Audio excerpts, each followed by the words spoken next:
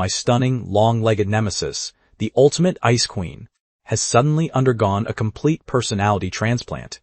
She's dead set on visiting me in the middle of the night now that I have amnesia. All because I got into a minor fender bender. Even though the doctor said I'm perfectly fine, I had a sudden stroke of genius and decided to fake amnesia, just to mess with her a little. Plus, it's the perfect way to dodge the corporate marriage my family is forcing on me. But I never expected this. My rival of 20 years, the woman I've been at war with since childhood, the IC CEO of Lu Global, Serafina Lu, was actually the first one to burst into my hospital room. With bloodshot eyes, she grabbed my hand, then pulled me into a tight embrace, sobbing, "Darling, you're finally awake." Watching her incredibly heartfelt performance, she was practically radiating maternal warmth and devotion. I get it, this woman wants to take advantage of my brain damage, doesn't she?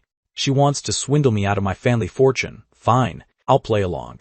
But when she started spoon-feeding me and wiping my mouth, and even started cuddling me to sleep, I realized things were starting to go south. The way this woman looks at me, why is she starting to look like a hungry wolf? Like she's found a prime piece of meat. Wait, it looks like she isn't just after my money. She's after my body too. Back when my head slammed into the steering wheel, I had only one thought: I'm screwed. Is my multi-million-dollar face, the face that's only slightly less handsome than the guys reading this story, going to be permanently disfigured? When I finally opened my eyes again, it was late at night. The scent of the hospital filled my nose, that familiar mix of disinfectant and the smell of old money. I'm Chase Jiang, the Crown Prince of Jiang Enterprises. Essentially, I'm a world-class playboy. I'd been in a car accident. My attending physician was a guy with a major receding hairline. He was holding my brain's CT scans, looking dead serious as he spoke to my useless uncle, Arthur Jiang. The patient's physical condition is fine. However, due to the impact on the brain, he might experience temporary amnesia. On Arthur's face, which had the word ambition practically etched into it, a look of deep concern instantly appeared. "Chase, my boy, do you still recognize your uncle?" I looked at him and blinked. My gaze was clear, innocent, and totally blank. Goo goo gaga. I looked like a fresh-faced college grad who hadn't been hit by reality yet. Then, I slowly shook my head. The corner of Arthur's mouth curled into an almost imperceptible smirk. The fish had taken the bait. That's right, I didn't actually lose my memory. The doctor said, might, not definitely. Just moments ago, while I was closing my eyes and playing dead, I clearly heard my dear uncle on the phone with that woman, Bianca White. "Bianca, don't worry. The doctor says he might have amnesia. When he wakes up, I'll tell him you're his fiancée. Once we lock in the engagement, the Jiang inheritance will be as good as ours." Wow. I mean, seriously? Just wow. My parents just left for a business trip. Their bodies aren't even cold yet. Wait, scratch that. Their plane barely even took off. And he's already itching to sell me out, just so he can swallow the company whole. Since you want to play, uncle, I'll play with you. Faking amnesia? Easy. I'm a man who once audited acting classes at the National Academy, after all. Just as I was preparing to continue my role as a pure, innocent youth, bewildered by the world, the hospital door slammed open with a loud bang. A woman stormed in like a whirlwind. A gust of expensive perfume hit me, as her high heels clicked against the floor like war drums. The newcomer was wearing a sharp, crisp white suit. Her long hair was swept up, revealing a slender swan-like neck. Her makeup was flawless. Her gaze was icy, and she radiated a step aside or "I'll crush you" aura. It was none other than Serafina Lu, the CEO of Lu Global. She's also the girl I grew up with. Same preschool, same elementary, same middle school. We used to let the air out of each other's bike tires, shove caterpillars into each other's backpacks, and spent 20 years in a state of constant, total war. There was zero love lost between us, so what was she doing here? I froze for a second, and 18 different possibilities flashed through my mind. Was she here to laugh at me? Or was she here to confirm if I was dead or not? Maybe she wanted to wait until I was buried, so she could burn some joss paper and celebrate with a party. But what happened next completely fried my brain's CPU.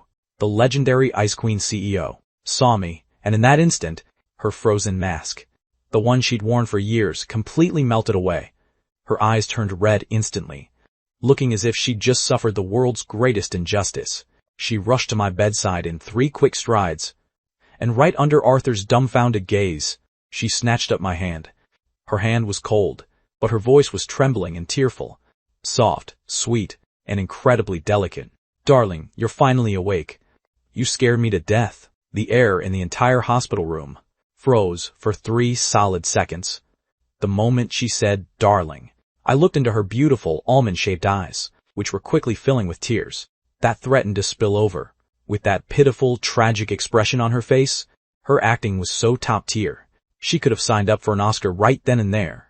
In a flash, I realized what was happening.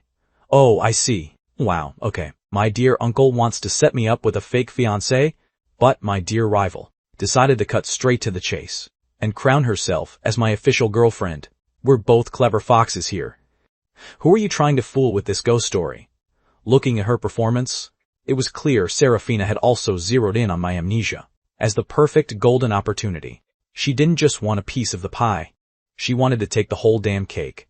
I sneered inwardly, but on the outside, I kept up my mask of pure, confused innocence. I tilted my head and looked at her, my eyes filled with the curiosity and timidity of a total stranger. Miss, who are you? Do we know each other? That soft, timid miss made Serafina's entire body stiffen. Her tragic, grief-stricken expression almost cracked, but I caught it. A flash of both disgust and pure ecstasy in her eyes. She quickly adjusted her face and said in an even more heartbroken tone, Chase, it's me, Serafina. I'm your girlfriend. Do you really not remember me? We were so in love. As she spoke, she even managed to squeeze out 2 crystalline tears, which rolled down her cheeks at the perfect moment. I watched her, feeling absolutely nothing inside. I actually kind of wanted to give her a round of applause. She really is the woman who's been fighting me for 20 years. Her professional skills are terrifyingly good. Arthur was standing off to the side, completely stunned. He pointed at Serafina, then at me, his mouth hanging open for a long time before he sputtered, Nonsense! When did my nephew ever have a girlfriend? How come I didn't know about this? Serafina immediately turned her full firepower on him. She turned to look at Arthur, her eyes returning to that sharp, icy coldness. Uncle Arthur, this is a private matter between Chase and me. Do I need to report my dating life to you? Or are you trying to take advantage of Chase's amnesia to do something to him? With those words, she completely shut down anything Arthur was going to say next. Arthur's face turned a mottled shade of blue and white. He pointed at Serafina, stammering, you, for ages, but he couldn't get a single coherent word out. Finally, he just threw his hands up in a rage. This is preposterous. After saying that, he glared at me, as if asking why I wasn't being more useful, and then stormed out of the room. Only I was left in the ward, along with my brand new girlfriend. The room fell silent once again. Serafina looked at me, and the grief on her face vanished without a trace. It was replaced by a cold, calculating gaze, as if she were evaluating a piece of merchandise she'd just acquired. I looked back at her, maintaining my harmless, wide-eyed stare. Come on then, let's hurt each other. Let's see who breaks first. She was probably convinced I'd gone completely brain dead. So, once again, she plastered on a tender, sickly sweet smile that could make your skin crawl. Using a tone like she was coddling a toddler, she whispered softly, My dear Chase, don't be afraid. I'll be here with you from now on, and I'll take care of everything. I nodded like a little chick pecking a grain. Then I reached out my hand and pointed at the sliced apple on the nightstand. Miss, I'm hungry. The smile on Serafina Lou's face froze. I saw her eyebrows twitch slightly. Clearly, waiting on someone hand and foot was nowhere near her professional wheelhouse, but she still picked up a slice of apple and handed it to me. I didn't take it. I just opened my mouth and let out an, ah. Serafina Lou? Her expression looked exactly like she had just swallowed a fly. That look of wanting to snap but having to hold it in was pure constipation. It was absolutely magnificent. In my mind, I was already rolling on the floor laughing, but my face remained locked in that look of wide-eyed innocence. Miss, feed me. Serafina took a deep breath. I could practically hear her grinding her back teeth together. In the end, she resigned herself to her fate and brought the slice of apple to my lips. Forcing a practiced, professional smile, she said, Good boy. Open up. I took a bite. Sweet. It was incredibly sweet. The news of Serafina Lou's meticulous care for me quickly spread throughout the entire high society circle. Everyone was stunned. The crown prince of the Jiang family and the she-devil of the Liu family. These two were fundamentally incompatible. The fact that these arch-rivals were actually a couple was insane, and that they were head over heels in love. Chase Jiang gets into a car accident and loses his memory, and Serafina Liu stays by his side through thick and thin? What kind of fairy tale romance was this? My best friend and ultimate wingman? Luke Vance was the first to charge into the hospital. He was carrying a basket of fruit, as he burst into the room like a whirlwind. The moment he saw the scene before him, he literally turned into a stone statue. I was currently leaning back against the headboard, enjoying an orange peeled personally by the hands of CEO Liu. Serafina was holding a slice of orange, a perfect smile plastered on her face, as she said gently, "Open wide." I opened my mouth and ate it. Then, in a voice so sweet it was nauseating, I said, "Thank you, Ms. Serafina." The fruit basket in Luke's hand hit the floor with a loud thud. Apples and bananas rolled all over the place. His jaw dropped so low you could have fit an egg in his mouth. His eyes were bulging like copper bells, with a look of pure seismic shock in his pupils. "Holy shit!" He pointed at Serafina, then at me, his expression screaming that his worldview had just collapsed. "Chase! You, her, what the hell is this?" Seeing Luke, Serafina stood up gracefully, wiped her hands with a tissue, and immediately reassumed her persona as the icy CEO. "Mr. Vance, please keep your voice down. Chase needs his rest." Luke ignored her completely. He lunged to my bedside in a single stride, and grabbed my shoulders, shaking me violently. "Chase, wake up. Did someone put a hex on you? This is Serafina fucking Liu, the woman who used to steal your lollipops, tear up your homework, and draw turtles on your bicycle. The one you had a contest with to see who could pee further, and you lost miserably." He shook me until I was dizzy and cross-eyed. I could only look at him with a face full of confusion. "Who are you?" "I don't know you." Luke's movements came to a screeching halt. He looked into my clear, blank, and rather stupid gaze, and he was completely dumbfounded. "No way, Chase. Did you actually lose your memory?" I gave a slow nod. Luke let out a mournful wail and flopped onto the floor. He clutched his head in both hands, looking like the sky was falling. "It's over. It's all over. My boy Chase has gone soft in the head, and now he's being played by the she-devil. Can't you see? The look in her eyes is just goo-goo-gaga fake." Serafina let out a cold snort from the side, looking down at him with disdain. "Luke Vance, you can eat whatever you want, but you'd better watch your mouth. Chase and I are truly in love. Please respect our relationship." Truly in love? Luke acted like he'd just heard the joke of the century. He literally bounced up from the floor. "If you two are truly in love, I'll go streaking through the streets tomorrow." Serafina's eyebrow arched as she prepared to retort, but right then, I timidly tugged on the hem of her jacket. "Miss Serafina, who is he? He's so scary. I'm frightened." I hid behind Serafina as I spoke, acting exactly like a startled little rabbit. Serafina glanced down at me, her eyes showing a complex mix of emotions. For a split second, I felt that icy aura of hers melt just a tiny bit. She reached out and actually patted me gently on the back.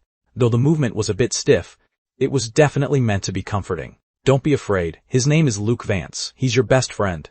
Then she looked up and glared at Luke with an unfriendly gaze. "See that? You're scaring him." Luke's expression looked even worse than if he'd just eaten something gross. I stayed hidden behind Serafina, peeking half my head out, to look at Luke with my most innocent eyes. Then I spoke up. "A friend?"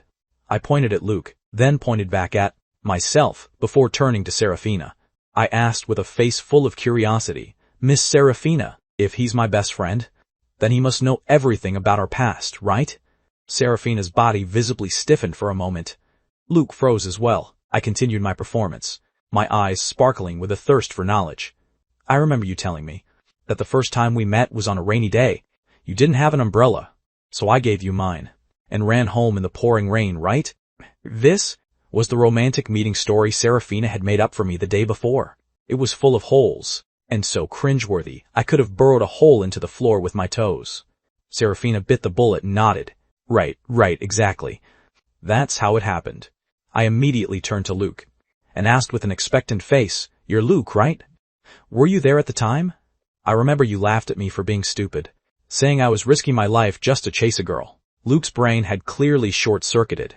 His mouth hung open as he looked at me and then at Serafina, his eyes full of the confusion of, "Who am I? Where am I? What the hell are you talking about?"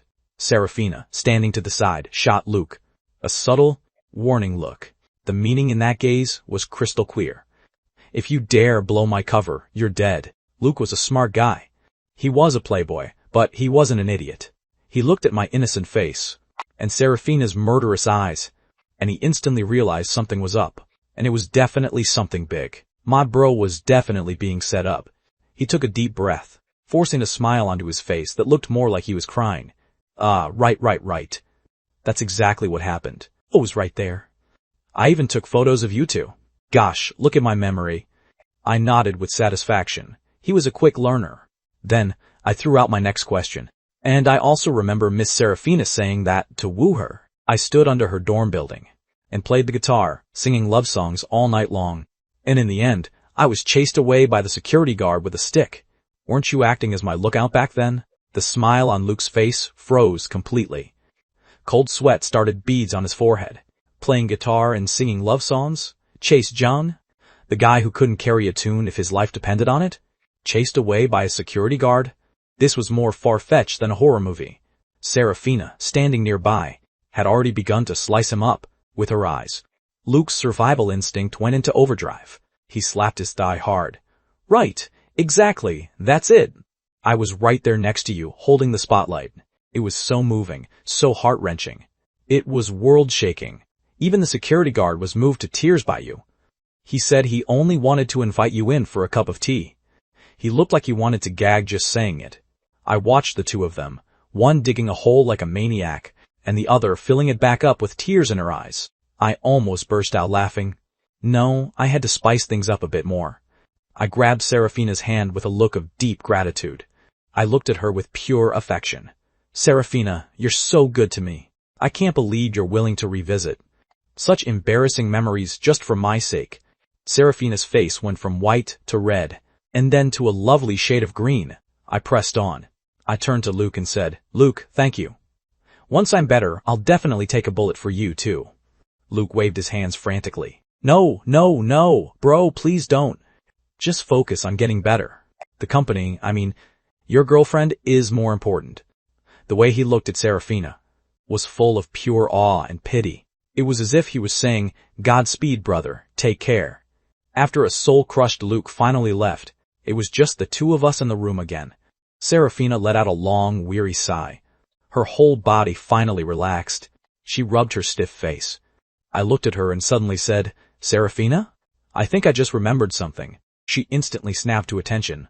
What did you remember? I said with a serious face, I think I remember that I have a bank card. The PIN is your birthday. And I think there's a lot of money in it. Serafina's eyes lit up instantly. They were as bright as a 1,000-watt bulb.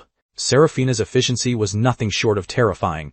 After I recalled the bank card with her birthday as the password, it only took her half a day to use the excuse of safeguarding my assets, to get all my cards and IDs from my still fuming uncle. She basically snatched them right out of his hands. Of course, the process was full of elite business corporate jargon, verbal sparring, and intense power playing, but I didn't care. I only cared about the result. The result was Serafina sitting by my bed with a stack of my cards, trying them out one by one. The pin she used for every single one? Her birthday. I watched her focused, expectant expression. She looked like a child about to open a mystery box.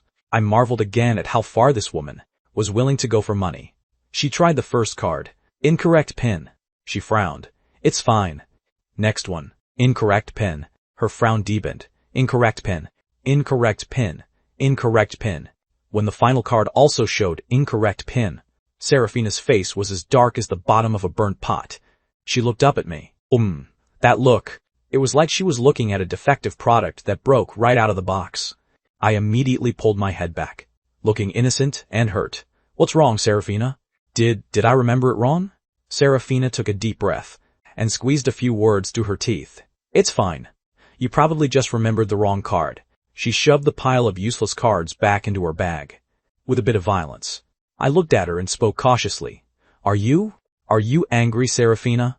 No, she answered quickly, but her tone was harsh. You are angry, I pouted, my eyes turning red on command. Is it because you think I'm a useless idiot? Because I can't even remember a pin? Is that why you don't love me anymore? Serafina stared at me, seeing me on the verge of tears. The vein in her temple was throbbing.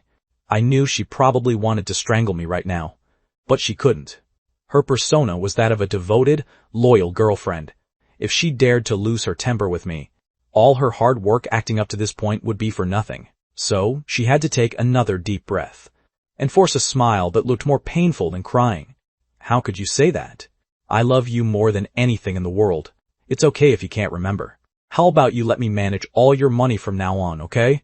There it was. The fox's tail was finally showing. I sneered internally, but on the outside, I broke into a smile through my tears. I nodded vigorously. Okay, I'll let you handle all my money. Everything I have is yours. A genuine sliver of a smile finally appeared on Serafina's face. To pacify her amnesiac idiot boyfriend, and to secure her future meal ticket, she decided to discharge me from the hospital and take me back to her apartment to live with her. She called it making it easier to take care of me. Naturally, I was all for it. Isn't this just the lamb walking into the lion's den? Or rather, the wolf walking into the lamb's den? Serafina's apartment was a top-tier penthouse in the city center. The decor matched her personality.